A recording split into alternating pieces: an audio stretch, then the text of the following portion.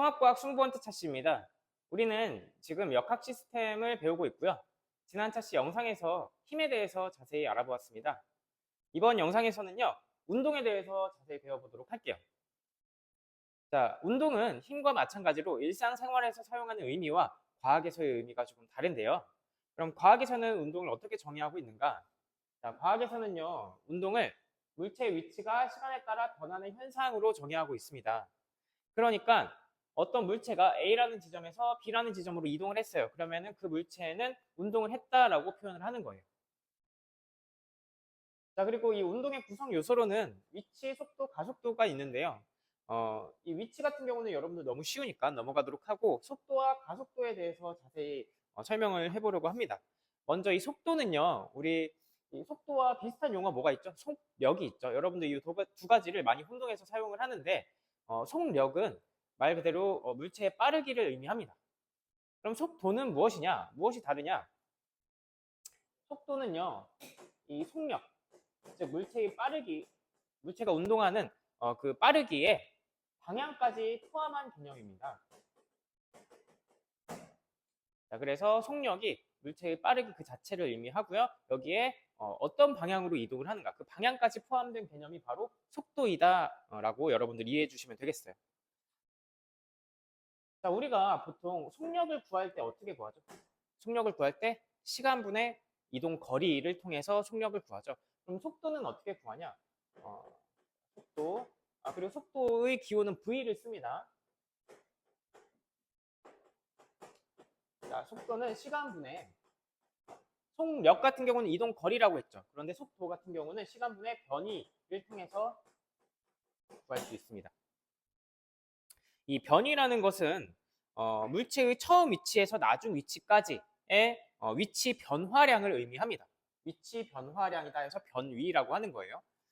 그러니까 이게 실제로 물체가 어떤 경로로 이동했는지가 아니라 어떤 위치에서 출발점에서 도착점까지 어느 방향으로 얼마나 위치가 바뀌었는가, 그것을 뜻하는 게 바로 변이라는 개념이에요. 이렇게 얘기하면 조금 추상적일 것 같아서 선생님이 그림으로 좀 표현을 해보면은, 자, A라는 지점이 있고 B라는 지점이 있어요. 자, 물체가 A에서 B로 이동을 할 겁니다. 자, 그런데 이러한 경로로 이동을 해요. 자, 이게 뭐가 되냐면 이게 실제로 이 물체가 이동한 이동 거리가 되겠죠. 그러면 속력을 구하면 물체가 A에서 B까지 이동하는데 걸린 시간분의 이 이동 거리를 가지고, 시간분의 이동 거리를 가지고 속력을 구할 수 있어요. 그런데 속도를 구할 때는 시간분의 변이잖아요. 그럼 변이는 무엇이냐면 이 경로는 상관없다고요.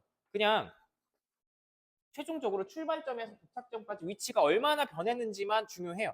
그러니까 얘의 직선 거리를 가지고 변이를 구할 수 있습니다. 최종적인 위치 변화량. 자, 이렇게 해서 속도를 구할 수 있고요. 자, 그럼 그 아래에 있는 가속도는 무엇인가?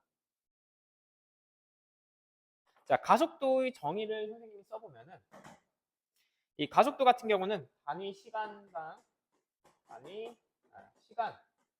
동안 물체의 속도 변화량이라고 할 수 있어요. 속도 변화량. 그러니까 어떤 물체가 운동을 해요. 그런데 운동을 할 때 속도가 계속 일정하지만은 않을 수 있잖아요. 속도가 변할 수 있어요. 중간에 운동을 하다가 그 속도의 변화량을 일정 시간 동안의 속도 변화량을 우리는 가속도라고 표현을 하는 겁니다. 자, 그럼 이 가속도는 어떻게 구하느냐? 자, 가속도는요, 우리 지난 영상에서도 얘기를 했었는데 기호를 A라고 씁니다. 자, 이 가속도의 공식은 델타 T분의 델타 V로 나타낼 수 있어요. 자, 여기 앞에 있는 이 기호가 델타라고 읽거든요. 델타는 변화량을 의미합니다. 변화량. 자, 그러니까 T라고 하면 보통 시간을 나타내요. 델타 T라고 하면 시간의 변화량을 뜻합니다. 시간 변화량. 자, 위에는 델타 V죠. V는 속도를 뜻한다고 했죠. 그러니까 속도의 변화량인 거예요. 그러면 가속도는 시간 변화량분의 속도 변화량이구나라고 알 수 있습니다. 그런데 이 교과서에, 우리 교과서에는 이걸 조금 쉽게 풀어서 쓰고 있어요. 어떻게 쉽게 나타내고 있느냐? 자, 교과서에서는요. 자, 이 시간, 델타 t, 시간 변화량을 걸린 시간이라고 표현을 하고요. 델타 v, 속도 변화량을 나중 속도 빼기 처음 속도. 자, 이렇게 나타내고 있습니다. 자, 이렇게 풀어서 쓰면 여러분들이 조금 더 이해하기 쉽겠죠. 자, 그리고 단위를 좀 써보면은 시간에 대한 단위는 세크죠. 자, 여기는 속도잖아. 속도에 대한 단위는 미터 퍼 세크입니다. 그러면 가속도에 대한 단위는 무엇을 쓰느냐? 자, 미터 퍼 세크에 분모에 세크가 하나 더 있죠. 그러니까 미터 퍼 세크 제곱이라고 씁니다. 자, 이 가속도의 단위 같은 경우는 우리 지난 영상에서도 선생님이 얘기를 했었죠. 자, 연습 한번 해보면은 자, 어떤 물체가 처음에 3m per sec의 속력으로 이동을 하고 있어요.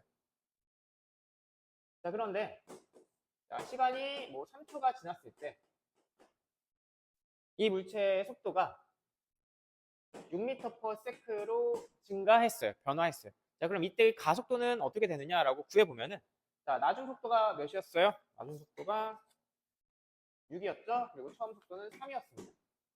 그리고 걸린 시간은 3초였어요. 그럼 결국에는 3분의 3, 그래서 1m per sec 제곱. 이렇게 가속도가 붙었다. 가속도를 나타낼 수 있습니다.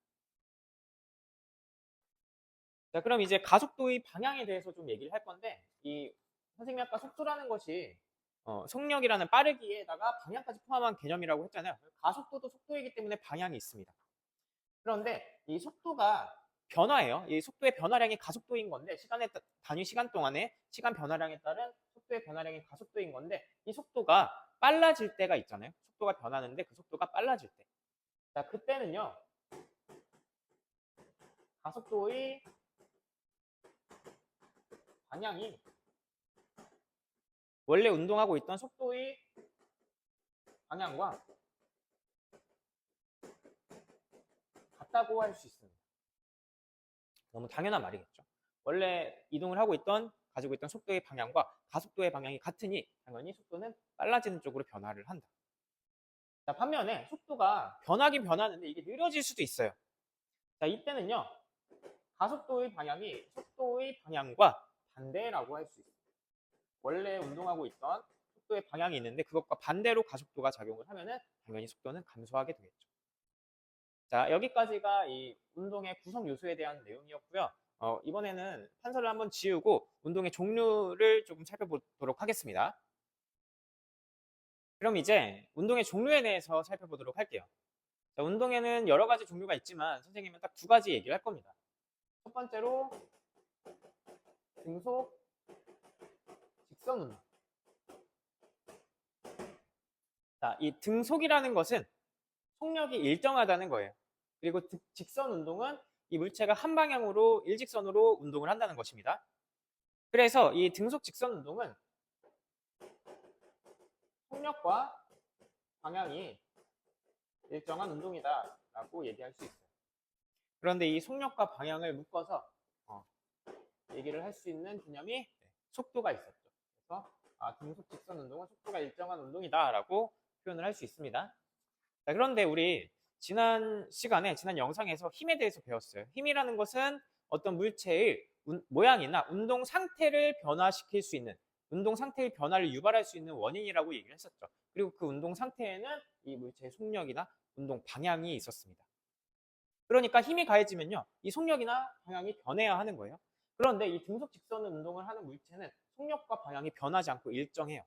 자, 여기서 여러분들 주의해야 될 게 속력이 없다는 게 아닙니다. 속력이 있어요. 그런데 그 속력이 변하지 않고 일정하다는 거예요. 자, 그러면은 힘을 가해주면 속력과 방향이 변하기 마련인데 이 물체는 속력과 방향이 변하지 않고 일정해요. 그러면은 자, 여기에 가해지는 힘이 어떻다는 거예요? 네, 없다는 거죠. 가해지는 힘이 0이라는 겁니다. 힘이 없습니다. 그러니까 속력과 방향이 변하지 않고 일정하게 유지가 될 수 있다라고 하는 거예요.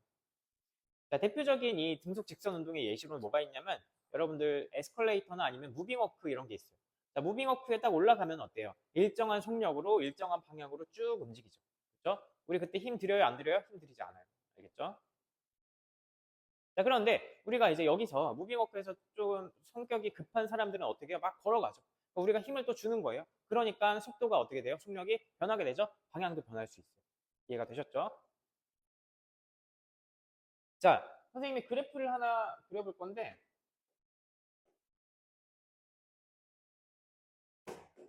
자, 시간 속력 그래프입니다.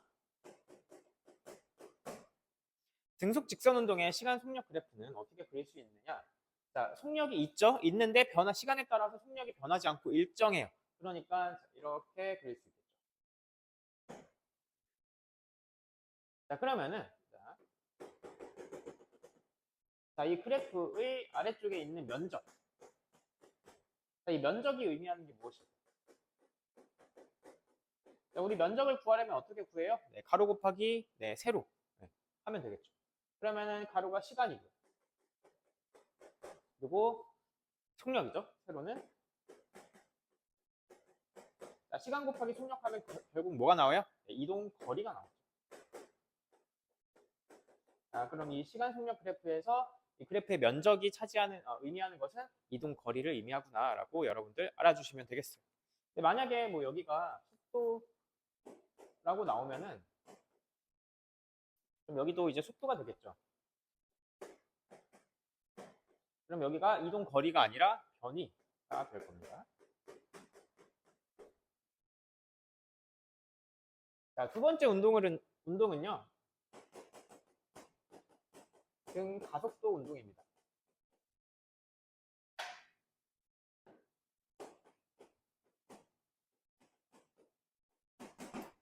자, 등가속도 운동은 가속도가 일정하다는 거예요. 종이 쳤네요.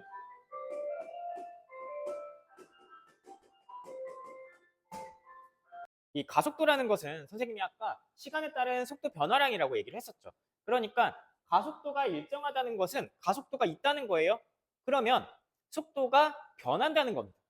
그런데 그 변화량이 어떻다? 일정하다라고 하는 것입니다. 그런데 아까도 얘기를 했듯이 우리 힘이라는 것은 힘이 가해지면은 속력과 방향이 변한다고 했죠. 속도의 변화가 생깁니다. 그러면 가속도가 있다는 것은 속도의 변화가 있다는 것은 힘이 가해졌다는 거겠죠. 그런데 그 속도의 변화가 일정하대요. 그럼 가해지는 힘도 어때야 되는 거예요? 일정해야 되는 거죠. 그래서 일정한 힘이 작용을 할 때 물체는 등가속도 운동을 할 수 있다라고 하는 겁니다. 그런데 사실 조금 정확하게 얘기를 하면은 알짜 힘이 일정하게 작용할 때라고 얘기를 하거든요. 이 알짜 힘이라는 것은 어떤 물체가 있으면 이 물체에 왼쪽으로 5N의 힘이 작용을 하고요. 오른쪽으로 3N의 힘이 작용을 합니다. 그러면 최종적으로 이 물체에 작용하는 힘은 어떻게 돼요? 왼쪽으로 2N의 힘이 작용을 하겠죠. 이게 알짜 힘이 되는 거예요. 그러니까 물체에 여러 가지 힘이 동시에 작용을 할 때 모두 상쇄되고 남은 알짜 힘이 일정하게 작용을 하면은 물체는 등가속도 운동을 한다고 하는 겁니다. 이 등가속도 운동의 예시로는요. 자유낙하 운동이 있어요. 자유낙하 운동은 어떤 물체가 있습니다. 그리고 이 물체가 떨어집니다. 무엇을 받아서 떨어지죠? 중력을 받아서 떨어지죠. 그런데 여기서 뭐는 무시하냐면 공기 저항은 무시해요. 그럼 사실상 이 물체에 작용하는 알짜 힘은 뭐밖에 없는 거예요? 중력밖에 없는 거죠. 자, 그래서 힘이 작용을 하는데 그 힘이 중력이에요. 자, 생각을 해보면은 이 물체가 떨어짐에 따라서 이 중력의 크기가 달라질까요? 그렇지 않겠죠. 중력은 이 물체에 일정하게 같은 크기만큼 계속 작용을 합니다. 그렇기 때문에 일정한 크기의 알짜 힘이 계속 작용을 하고 있어요. 그러니까 이 물체는 등가속도 운동을 한다. 떨어질 때 시간에 따라서 속도가 일정하게 증가한다고 하는 거고요. 실제로 얼마큼씩 속력이 증가를 하냐면 9.8m/s씩 계속 증가를 합니다. 1초에. 이거 지난 영상에서 배웠죠? 이게 뭐예요? 중력 가속도였죠? 그렇죠? 그래서 일정한 크기의 가속도가 계속 작용을 한다. 자, 그러면은 이 등가속도 운동도 선생님이 시간 속력 그래프를 그려볼게요.